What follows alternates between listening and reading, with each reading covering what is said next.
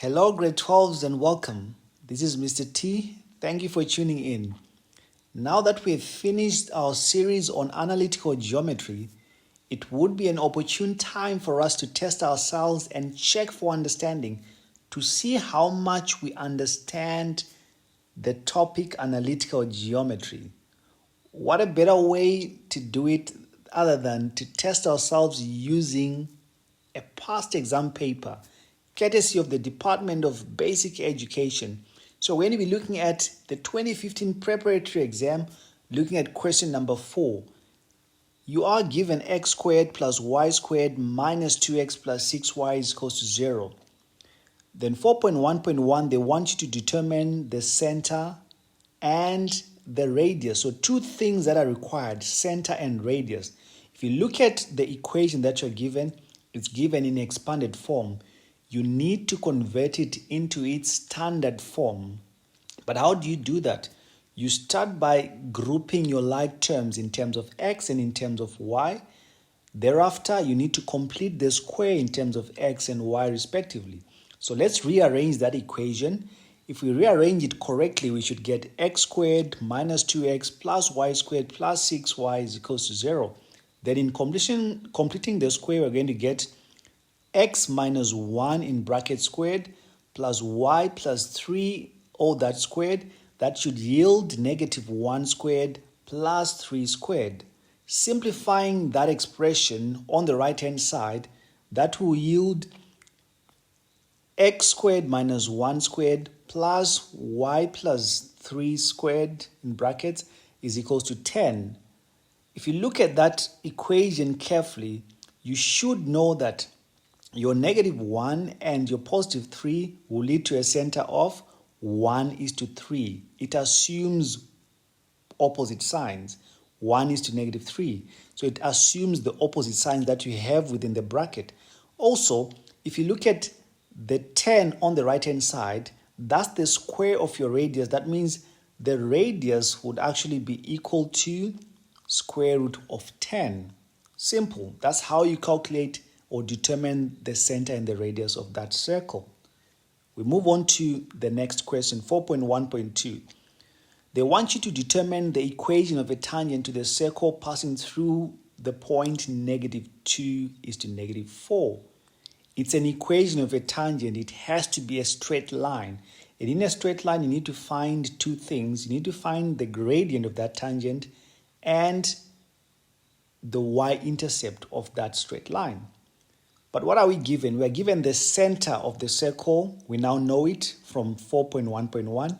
And we've got a point of contact. That means we can calculate the gradient of our radius, our m radius. We can find the m radius by saying our m radius is equals to negative 4 minus negative 3 inside the bracket over minus 2 minus 1.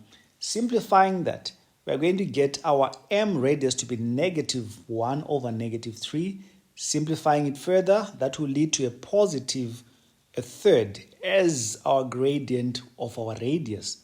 But how do we connect the gradient of the radius to the tangent? You know that our m radius multiplied by our m tangent must always yield negative 1. So we're going to substitute in place of our m radius, we substitute a third times our m tangent. That leads to negative 1. Thereafter, you can make a simple conclusion that your m tangent will be equal to negative 3 as your final answer. Now that we've got our m tangent, we're going to use the general equation of a straight line, which is given by y is equals to mx plus c, by substituting the calculated gradient of our tangent, which is our negative 3. So we're going to get y is equals to negative 3x plus c as our new equation. We then substitute the point of contact. Our point of contact, negative 2 is to negative 4. We're going to substitute in place of x and y respectively. So if we do that, we're going to get negative 4 is equals to negative 3 in bracket times negative 2 plus c. Thereafter, it's a case of simplifying it. You get negative 4 is equals to 6 plus c Therefore, our C value would be negative 10. And we can just write the final equation of our tangent as y is equals to negative 3x minus 10 as our final answer. We proceed to the next question. In our next question, we're given the points A and B, which lie on the circumference of a given circle, as you can see on the diagram. You're also told that the point R is the center of the circle and lies on the line 2x plus 5y plus 1 is equals to 0. Now, if you look at 4.2.1, they say show that P minus Q is equals to negative 4. Show that P minus Q is equals to negative 4. What is our approach? If you look at the very last statement, R lies on the line 2x plus 5y plus 1. It tells you that if you substitute the coordinates of that point, if you substitute the coordinates P and Q respectively into that equation, you'll come up with a new equation which would be written as 2P plus 5Q is equals to negative 1, and that becomes your first equation. Now, we go back to the very first statement where you're told that you've got 2 points. The point B and the point A lie on the circumference of the circle. You know that the relationship between BR and RA is that these are radii and they are equal. So the distance of those two radii, or the square of their distance, would be equal. Very important. That's how we analyze the question. That should be the approach. So I can write a statement and say the distance RB, or even the square of that distance RB, is equal to the square of the distance RA. It doesn't matter how you present it.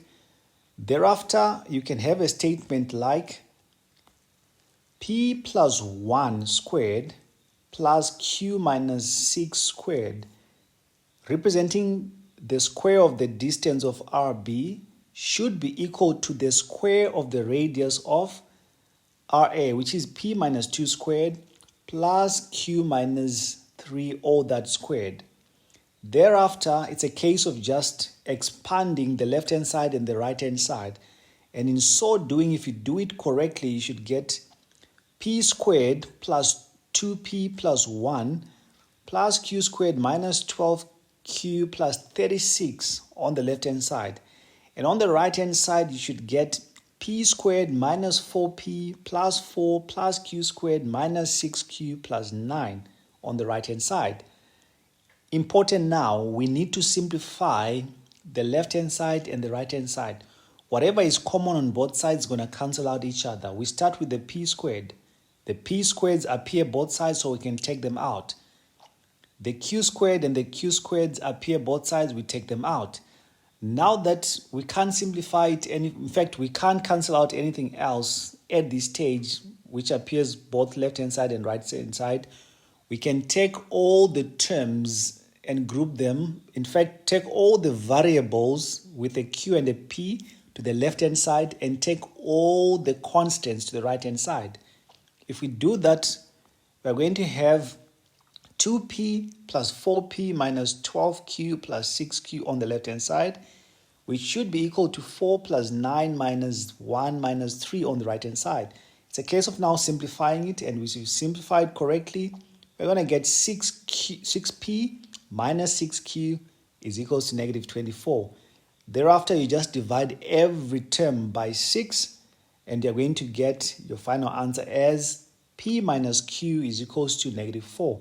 It means we have shown and we have proven that P minus Q is equal to 4, answering 4.2.1. Now we want to move on to the very next question, which is 4.2.2. In 4.2.2, they say, hence determine the equation of a circle, of that circle. We know that from 4.1.1, we found the equation 2P plus 5Q is equals to negative 1, and it was our first equation. And we have just proved that P minus Q was equal to negative 4. So if I move the negative Q to the right-hand side, I'll form a new equation as P is equals to Q minus 4 as my second equation. I'm sure you see where this is leading us to, a simultaneous equation. So I'm going to substitute the second equation into the first. And if I do that correctly, I'm going to get 2 open bracket Q minus 4 is equals to plus 5Q is equals to negative 1. Thereafter, it's a case of just removing those brackets on the left-hand side. You're going to get 2Q minus 8 plus 5Q is equals to negative 1. Then simplifying that further, I'll remain with 7Q is equals to positive 7 on the right-hand side. Thereafter, divide both sides by 7. My Q value is equals to 1. Very simple. Now that we know our Q value, we need to find our P value. So we're going to substitute our calculated Q value of 1 into the second equation to get our P value. So P is equals to 1 minus 4, therefore P is equals to negative 3. And those values of P and Q, if you recall from the diagram, they represent the coordinates of the center. That means the coordinates of my center are 1 is to negative 3. 1 is to negative 3. But we now need to find the radius. So we're going to use the general equation of a circle, which is your x minus a squared plus y minus b squared is equals to r squared. We then need to substitute the calculated, what we've just calculated as our center, these coordinates, we need to substitute them in place of a and b respectively. And if we do it correctly, we should get x minus 1 squared plus y plus 3 squared is equal to r squared. We then need to substitute one of the points that lie on the circumference. I've chosen the point B, the point A, which is made up of 2:3. You could have chosen the point B, doesn't matter, but I've chosen the point A, which is your 2:3.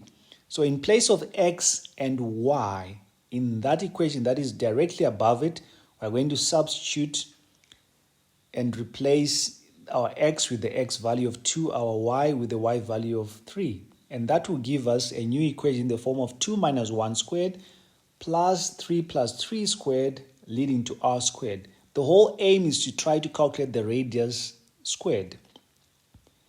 Simplifying that, we're going to get 1 squared is equals to 6 squared. So 1 squared plus 6 squared is equals to r squared. That will lead to 1 plus 36 is equals to r squared.